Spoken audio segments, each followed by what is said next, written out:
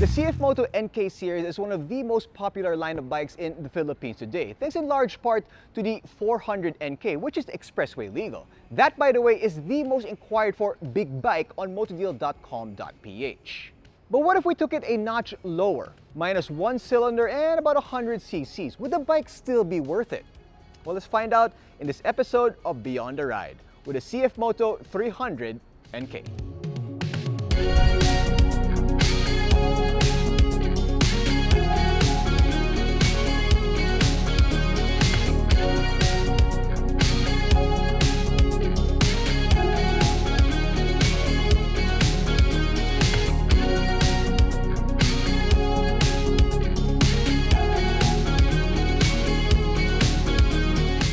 It's a little bit of a mix between the 400 NK and the smaller bikes of CFMoto with some premium features. Now, the build is primarily, well, plasticky, but it's not as creaky as the 300 SR. Now, you do get an LED headlight. Your indicators are LED as well, and so is the taillight. And you get a digital gauge cluster with 2 displays and 2 different riding modes, Sport and Rain. I'm not too sure why it's Sport and Rain and not Road and Rain, but whatever, I'll take it. Now for a bike at this price point with 2 different riding modes, that is impressive. The dash also shows your fuel, temp, odo, speedo, tachometer, time, and trip meter.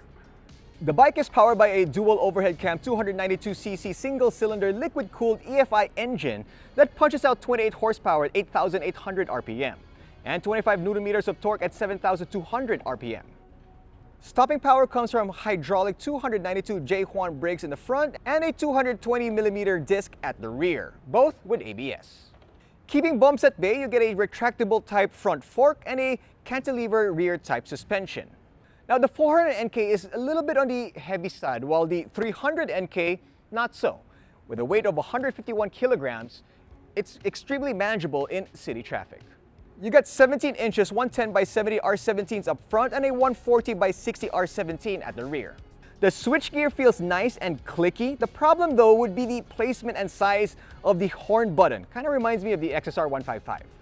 Now I do love the little air ducts at the back of the bike underneath the pillion seat. I like that look. And you know, CFMoto Philippines was kind enough to loan us the bike with crash guards. It doesn't really come with the bike, but they loaned it to us because they knew that not just me, but guys like Jack, Earl, and EJ would be riding the bike. And in case one of them drops it, it's safe. Earl, I'm talking to you.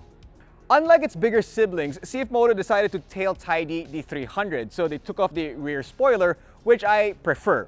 It does have a mudguard down there, which is really dirty right now because of the rain. I know it's sunny, but you know, the Philippines, very unpredictable weather. Now, from the side, and you look at the swing arm, not my favorite part of the bike, but I guess it gets the job done. The fuel tank capacity is 12.5 liters, and if you're a mabait na rider, just like all the responsible riders of Team MotoDeal, well, we got about 28 to 30 kilometers per liter, which is actually pretty good. Now, the bike doesn't have a fuel economy calculator in its dashboard, so we had to resort to the old-fashioned way of testing. A bit of a shame given its flashy TFT display. It's got a ground clearance of 150mm and a seat height of 795mm. I'm 5'6", and as you can see, not a bad position at all. Now, as far as the riding position goes, well, the pegs are a little bit rear set, and it does give a little bit of a aggressive type of riding, similar to the 400 and the 650. Also very similar to the Duke. Let's do a quick sound test, shall we?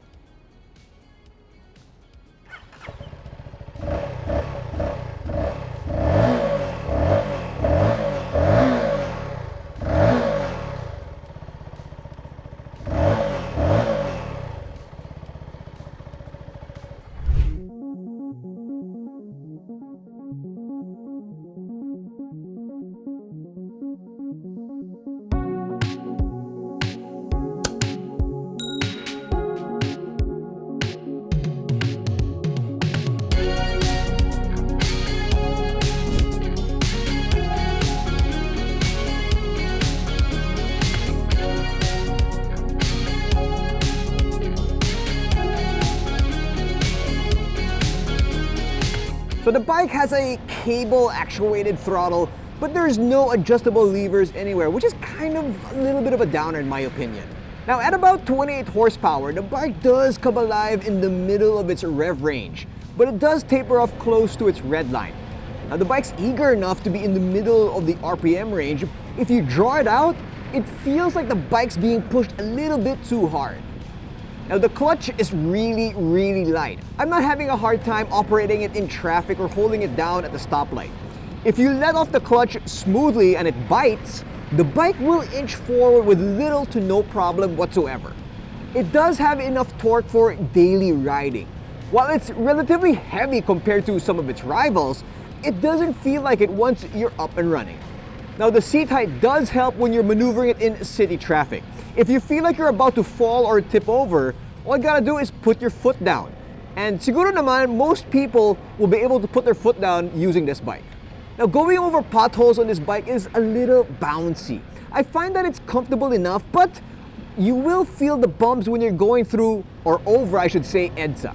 So it doesn't sound that great, I'll be honest with you.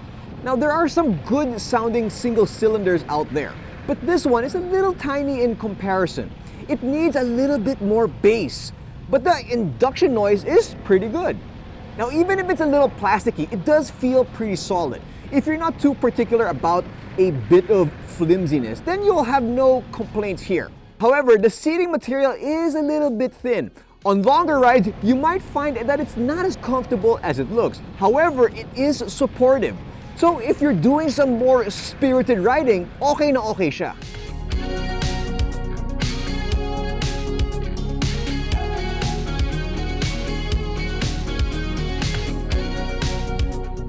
So now the verdict. Well, sure, the bike does have some shortcomings, but considering its price point, I can forgive it. So if you're looking for a bike that can take you around town and have some fun during the weekends and not be expressway legal, this bike can do it. It's got some great tech and features, but it's also got great value for money with a price tag of 158,000 Philippine pesos. That, my friends, is a great deal. For more information about this bike and some great deals on some other MCs, log on to www.motodeal.com.ph. This has been Jinno Rufino. Hope you guys enjoyed going beyond the ride.